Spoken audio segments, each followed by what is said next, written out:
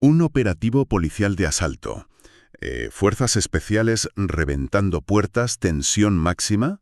Ostras. Sí, sí, armas largas apuntando a cada rincón de una casa donde, se supone, hay rehenes. O sea, es una escena de caos absoluto, ¿no? La típica escena que te pone los pelos de punta. Exacto.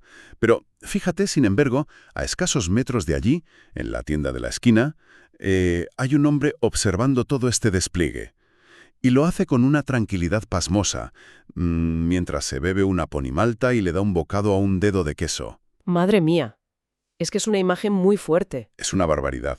Porque lo más perturbador de esta imagen no es la escena en sí, sino que ese hombre que está merendando ahí tranquilamente en la acera es el secuestrador que acaba de huir de esa misma casa minutos antes de que entrara la policía. Claro, es una imagen que, roza lo absurdo por completo. Totalmente. Refleja una disociación brutal con la realidad. Esa disonancia, ese contraste entre el terror extremo y la absoluta banalidad de comerte un tentempié mientras un equipo táctico asalta tu guarida. O sea, es un resumen perfecto de cómo opera la psique dentro del crimen organizado tras años de desgaste. Y precisamente por eso nuestro análisis a fondo de hoy va a sumergirse en esa psique. La misión de hoy es entender, desde dentro, la anatomía de un secuestro y, las cicatrices que deja el cautiverio. Y tenemos un material muy potente para hacerlo. Sí, nos basamos en unos testimonios escalofriantes, unos fragmentos extraídos de una entrevista del canal de YouTube Más allá del silencio podcast. Entrevistan a Óscar Albeiro Vados Peñaranda, un hombre que actualmente cumple una condena de casi 49 años en la cárcel de Jamundí, en Colombia. Por el mediático secuestro de las hermanas Zuluaga en 2009. Exactamente. Y, quiero dejar claro desde ya que esta es una historia real, cruda y muy compleja. Aquí no vamos a encontrar el glamour cinematográfico de las series de narcos. No, no para nada. Y es vital escuchar estos relatos desde la disección analítica, no desde el morbo. Claro. Analizar la experiencia de un perpetrador nos permite entender, cómo el tejido social falla. Y lo que es más importante, cómo operan realmente las maquinarias delictivas para captar, utilizar y finalmente desechar a las personas. Eso es. Al mantener una mirada fría sobre esto, podemos desarmar esa falsa mística que muchas veces rodea al mundo del narcotráfico. Vale, pues vamos a desgranar esto, porque el arranque de la historia de Óscar rompe por completo con el estereotipo del criminal calculador que, nace con sed de sangre. Sí, sus inicios son súper cotidianos. Es que él mismo cuenta que empieza a los 15 o 16 años en su pueblo, en La Victoria, en el norte del valle. Y su entrada en la familia, entre comillas, no fue empuñando un fusil. ¿Qué va? Fue haciendo favores básicos para gente poderosa de los cárteles. O sea, lavar coches, limpiar motos, cuidar caballos.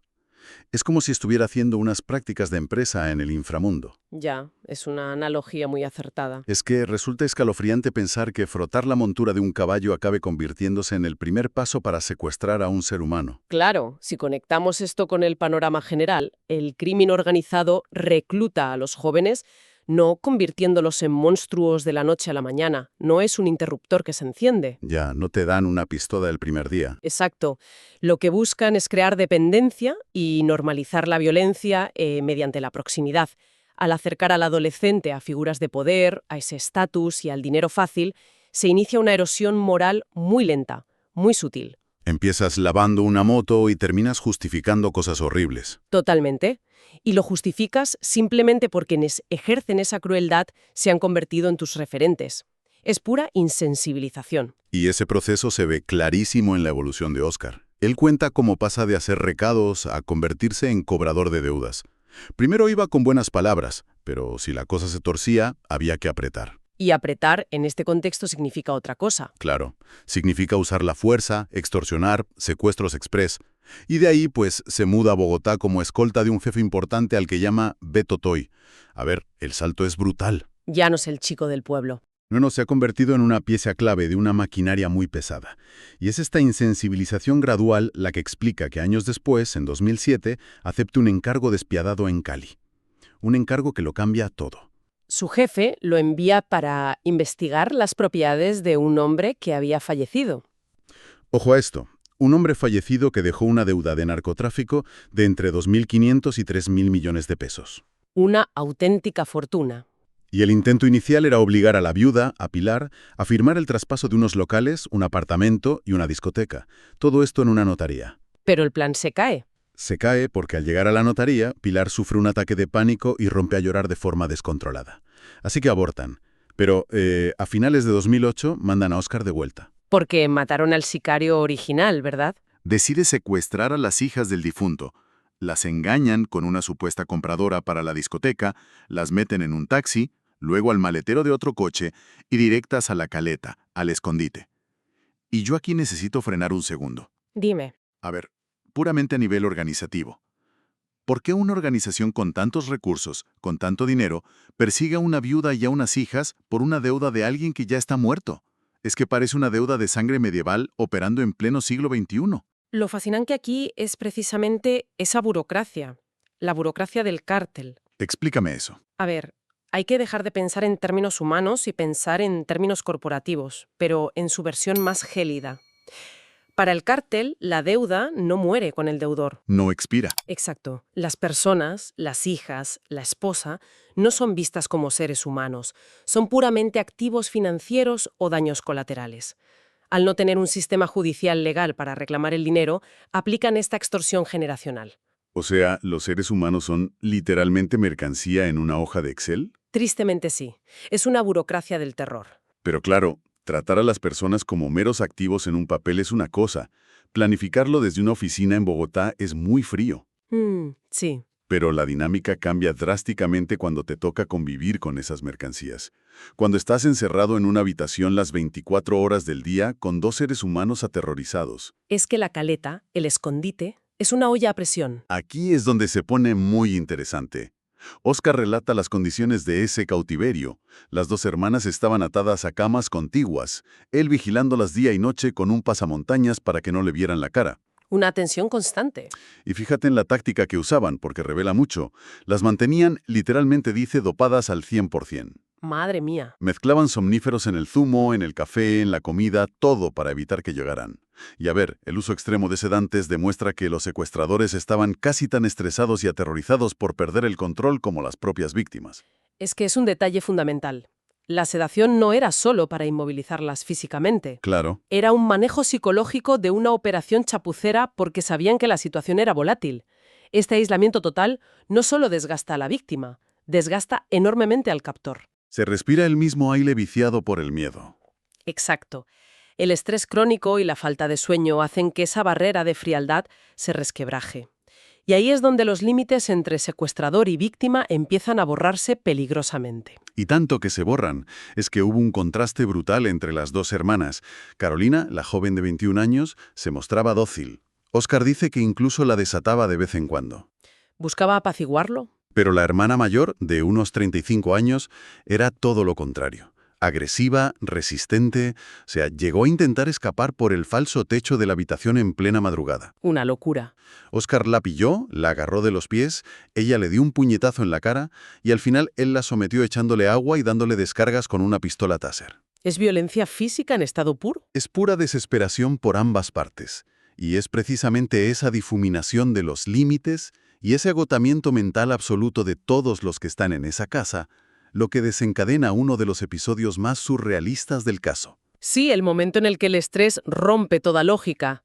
Óscar siente culpa, lo dice claramente, y empieza a tener un trato preferencial hacia Carolina, la hermana pequeña, hasta el punto de salir a comprarle un postre de Novoa porque tenía un antojo. Es que es absurdo pensarlo en medio de un secuestro. Pero llega al límite. Óscar, desesperado por acabar con todo esto, coge un teléfono y se lo deja a Carolina, esperando, y cito, que llame a la policía, al Gaula o a su familia. Quería que triangularan la señal. Exacto. Quería que la policía entrara y acabara con el secuestro porque él no podía más. ¿Y qué hace ella? ¿No llama? No llama. Así que Óscar va un paso más allá. Droga a sus propios cómplices. Ostras, eso es fuertísimo. Les pone somníferos a los vigilantes y a la cocinera. Va a la habitación, le abre la puerta a Carolina y le pide que se vaya. Y ella se niega a huir sin su hermana mayor. El nivel de dependencia emocional que se ha creado es terrorífico. Y termina con Carolina dejándole un mensaje en el móvil a Óscar que decía, pase lo que pase, siempre estarás en mi mente y en mi corazón. Y, a ver, Yo aquí, lo siento, pero tengo que intervenir y plantarme. Sí, sí, di. Me niego a romantizar esto. Quienes nos escuchan pueden pensar que esto es como una película, un romance prohibido, un destello de humanidad. Y no lo es. En absoluto. No. Esto nos demuestra lo enfermamente rota que tiene que estar una situación para que un secuestrador armado ruegue a su víctima que se escape y ella, destrozada, se niegue y le deje un mensaje de cariño. No es amor. Esto plantea una pregunta importante sobre cómo funciona nuestra cabeza. ¿Qué es exactamente el síndrome de Estocolmo? Porque usamos mucho la palabra, pero hay que desmenuzar este mecanismo de supervivencia. A ver, explícanoslo desde la psicología, porque es clave. Aclaremos que no tiene nada de romántico. Es un vínculo traumático, puro y duro. Imagínate la mente de la víctima en una situación de terror extremo.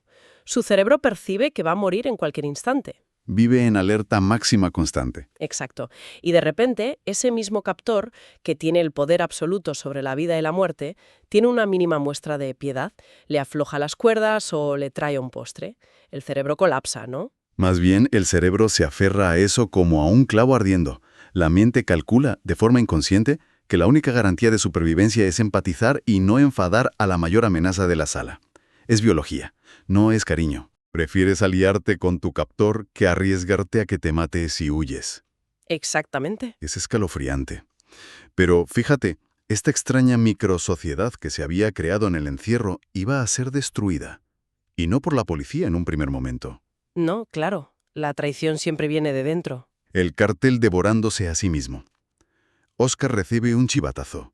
Un contacto le advierte de que sus propios jefes planean traicionarle. ¿Y cuál era el plan? El plan era separar a las hermanas, liberar a una, dejar a Óscar a solas con la otra, y entonces los jefes llamarían a la policía de forma anónima para que asaltaran la casa y acribillaran a Óscar durante el rescate. Así borraban cualquier conexión con la cúpula. Lo usaban como un simple fusible. Y el plan se pone en marcha. Llega el día de la huida, el 21 de marzo. Óscar ve cómo su cómplice se pone una chaqueta gruesa, coge granadas y sale con una excusa mala. Óscar sabe que van a por él, así que huye de la casa. En el último segundo. Sí. Y entonces, ¿qué significa todo esto? Pues que llegamos a la escena del principio. Esa escena surrealista. Huye con el tiempo justo y en lugar de correr kilómetros, se para en la tienda de la esquina a comprarse una pony malta y un dedo de queso. Y justo ahí ve cómo la policía asalta la casa. Es que el contraste de la alta tensión de la huida, con ese detalle tan cotidiano, tan ridículo, Es la falta total de honor entre criminales.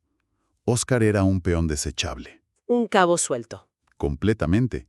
La organización criminal no tiene lealtades. Eres útil hasta que dejas de serlo.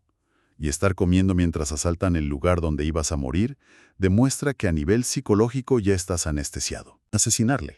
El cártel no olvida. No. Un sicario se le acerca, le dispara, Óscar sale corriendo y se esconde lanzándose a un cultivo de pimientos. Es casi de película de acción, pero muy cutre. Muy cutre, porque el sicario resbala en el barro, se le cae la pistola, Óscar la coge, intenta dispararle al sicario que huye, y el arma se le encasquilla. ¡Ostras, qué tensión! Y a raíz de esto, Óscar planea huir a Venezuela o Ecuador. Lo tiene todo listo, pero se entera de algo que lo frena en seco. La justicia ha emitido una orden de captura contra su mujer, que es inocente. Claro, el daño colateral siempre alcanza a la familia. Y ahí decide entregarse para salvarlos. Hay que apuntar que su entrega no es producto de una revelación moral sobre la justicia. No es que de repente sienta remordimiento por las víctimas y quiera pagar. No. Es un movimiento puramente táctico y forzado. Se da cuenta de que el cártel va a destruir a su esposa y a su hija inocentes y no le queda otra salida. Y esa decisión, táctica o no, nos lleva al balance final. Han pasado casi 2 décadas. Óscar lleva 17 años preso cumpliendo una condena de 49. Una vida entera. Sí. Su madre falleció sin que él pudiera estar presente, y a su hija, a la que dejó cuando era un bebé, no la ha visto en más de 10 años. ¡Qué barbaridad! Su propia conclusión en la entrevista es, literalmente, nada de esto vale la pena. Y por eso este testimonio es tan importante para quienes nos escuchan hoy. Exacto. Desmitifica por completo ese glamour de la cultura narco. Arranca esa falsa careta de honor y riqueza y revela una realidad desoladora, paranoica y profundamente destructiva. Arrasa con las víctimas directas, por supuesto, pero también tritura a las familias de los propios criminales. Nadie gana. Nadie gana. Y bueno, para cerrar nuestro análisis a fondo de hoy, no queríamos despedirnos sin dejar una reflexión sobre la mesa. Algo complejo para pensar. A ver. Si una condena de cárcel tan larga le da a un perpetrador el tiempo para reflexionar y afirmar que, bueno, que hoy es una persona renovada, ¿cómo equilibra la sociedad esa posibilidad de rehabilitación personal con el trauma permanente e irreversible que ya le ha infligido a sus víctimas? Es un debate durísimo. ¿Es que se puede realmente pagar un acto monstruoso que ha cambiado vidas para siempre? Es la gran pregunta que el sistema de justicia sigue intentando responder. Ahí lo dejamos para que quienes nos escuchan lo reflexionen.